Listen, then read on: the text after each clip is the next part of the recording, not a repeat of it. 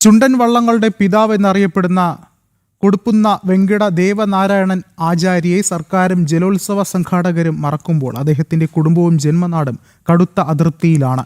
ദേവനാരായണൻ ആചാര്യയുടെ പേരിൽ ജലോത്സവവും സ്മാരകവും ഉണ്ടാക്കണമെന്നുള്ള ആവശ്യമാണ് ഉയരുന്നത്. ആലപ്പുഴയിൽ നിന്ന് സുധീഷ് കുബാൽ തയ്യാറാക്കിയ റിപ്പോർട്ടിലേക്ക്.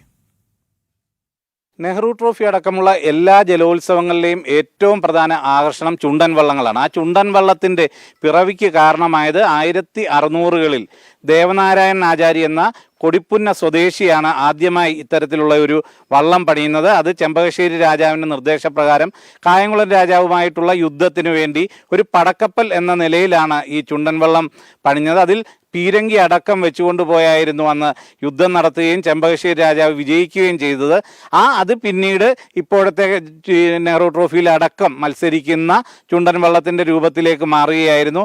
എന്തു തന്നെയായാലും ചുണ്ടൻ വള്ളത്തിൻ്റെ പിറവിക്ക് കാരണമായത് അതിൻ്റെ സൃഷ്ടാവ് ഈ ദേവനാരായണൻ ആചാര്യാണ്. അദ്ദേഹത്തിൻ്റെ കുടുംബത്തിനൊപ്പം ആണ് ഞാനിപ്പോഴുള്ളത്. കൊടുപ്പുന്നയിലെ അദ്ദേഹത്തിൻ്റെ കുടുംബക്ഷേത്രത്തിന് മുന്നിൽ നിന്നുകൊണ്ടാണ് ഞാൻ സംസാരിക്കുന്നത്. അദ്ദേഹത്തിൻ്റെ വീട്ടിലെ ഇപ്പോഴത്തെ തലമുറ 6ാമത്തെ തലമുറയാണ്. 6ാമത്തെ തലമുറയിൽപ്പെട്ട വ്യക്തികളോടാണ് ഇപ്പോൾ നമുക്ക് കാര്യങ്ങൾ ചോദിക്കുക. ഈ ചുണ്ടൻ വള്ളത്തിൻ്റെ ഒരു പിറവി, അതിൻ്റെ ചരിത്രം ഒന്ന് പറയാമോ?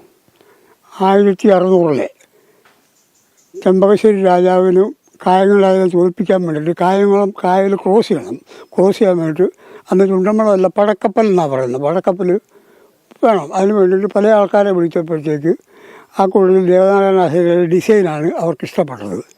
10-60 പേര് യോദ്ധാക്കളുള്ള പീരങ്കി വെക്കാനുള്ള വെടിപ്പ കാണണം. ഇവരെ കൂടിയുള്ള ഡിസൈൻ ചെയ്തു.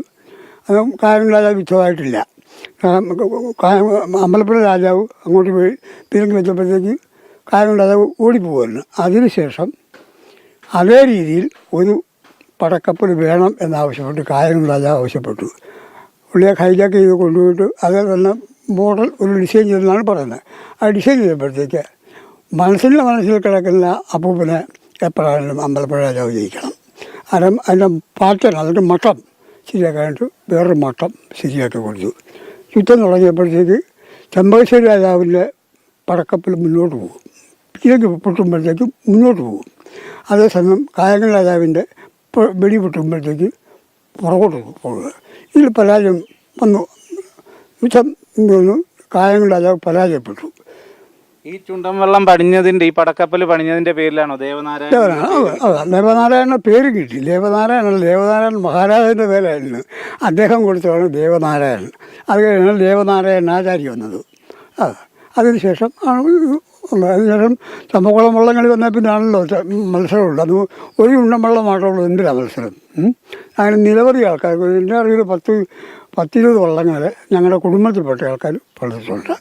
ഇപ്പോൾ ഇതിൻ്റെയൊക്കെ ഈ ചുണ്ടൻ വള്ളത്തിൻ്റെ പിറവിക്ക് കാരണക്കാരനായി എന്നുള്ള അംഗീകാരം ഏതെങ്കിലും തരത്തിൽ ലഭിക്കുന്നുണ്ടോ? ഒരു അംഗീകാരം ഒന്നുമില്ല. ഞാൻ 2-3 വർഷം മുമ്പ് വരെ ഒരു വള്ളംകളിയുടെ അന്ന് നെഹ്റു അന്ന് ഒരു പാസ് വരുമായിരുന്നു. അതിനുശേഷം 2000 ശേഷം അവർ തന്നിട്ടില്ല.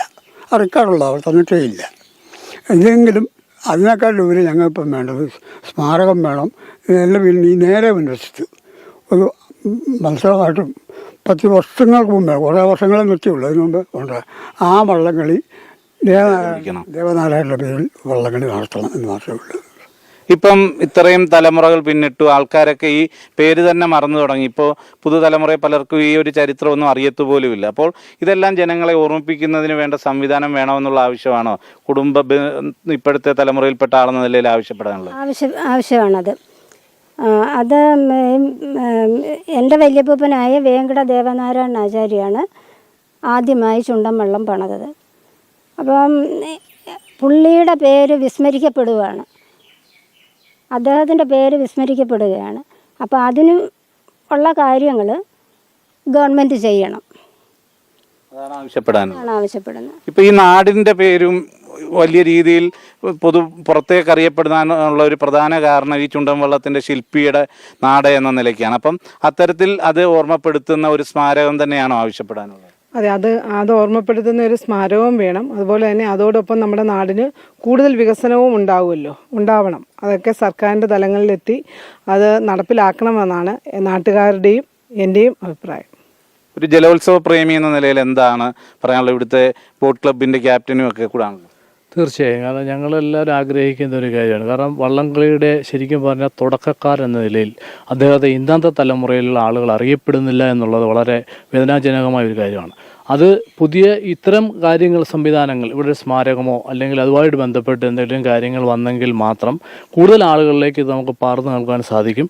അതുപോലെ തന്നെ മത്സരവേദികളിൽ ഈ ഒരു അദ്ദേഹത്തിൻ്റെ പേര് പരാമർശിക്കുന്നതല്ലാതെ അതിനെക്കുറിച്ച് കൂടുതലായിട്ടുള്ള കാര്യങ്ങൾ പറയുന്നില്ല. അപ്പോൾ അതൊക്കെ ഒന്ന് പറഞ്ഞു കൊടുത്തെങ്കിൽ മാത്രമേ ഈ പുതിയ തലമുറയിലുള്ള ആളുകൾക്ക് ഇതിനെക്കുറിച്ചൊന്നും അറിയുവാൻ സാധിക്കുകയുള്ളൂ. അതുകൊണ്ടാണ് ഇവിടെ ഒരു സ്മാരകവും അതുമായി ബന്ധപ്പെട്ട ഒരു മത്സര വള്ളംകളിയും അദ്ദേഹത്തിൻ്റെ പേര് നടത്തുകയാണെങ്കിൽ അത് കൂടുതൽ ആളുകളിലേക്ക് ഇത് പകരുവാൻ നമുക്ക് സാധിക്കും. ഈ ആവശ്യവുമായി ബന്ധപ്പെട്ട് സർക്കാരിനെ വല്ലതും സമീപിക്കുന്നുണ്ടോ? സർക്കാരിനെ സമീപിക്കുന്നുണ്ട്. നമ്മുടെ കുട്ടനാട് MLA ഈ കാര്യങ്ങളെക്കുറിച്ച് സംസാരിച്ചിട്ടുണ്ട്. അപ്പോൾ അദ്ദേഹവും പറഞ്ഞത് ഒരു ദിവസം നമുക്കിവിടെ വന്ന് കാണാം, എന്നിട്ട് നമുക്ക് വേണ്ട കാര്യങ്ങൾ ചെയ്തു തരാമെന്നാണ് പറഞ്ഞത്.